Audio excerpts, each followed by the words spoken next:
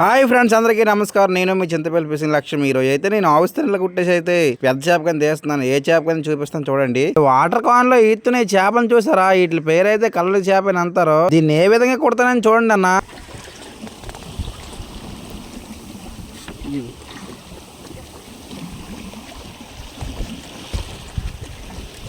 చూసారు కదా, ఈ చేపనైతే నేను ఏ విధంగా కుట్టానో.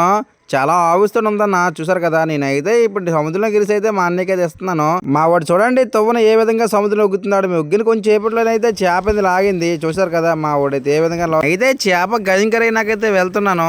చేప ఎంత వేగంగా వస్తుందని కూడా చూస్తున్నాను చూడండి. మా వాడైతే ఈ చేపనైతే చాలా బాగా తీస్తున్నాడు. ఎందుకంటే చేప పోయినాకే మాకు 4-5 వేల రూపాయలు డబ్బులు పోతాయి కదా, దానికోసమైనది చేప అయితే చాలా బాగా తీస్తున్నాడు.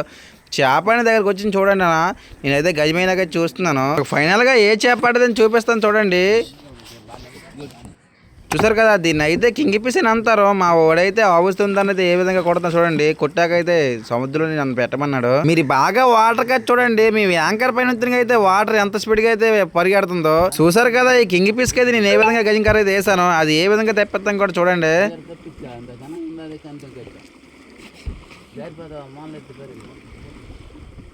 చూసారు కదా, ఈ చేపను ఏ విధంగా తెప్పించాను. ఈ వీడియో మీకు నచ్చడం లైక్ అండ్ సబ్స్క్రైబ్ చేసుకుని పక్కన గంట సింబల్ కొట్టండి అన్న.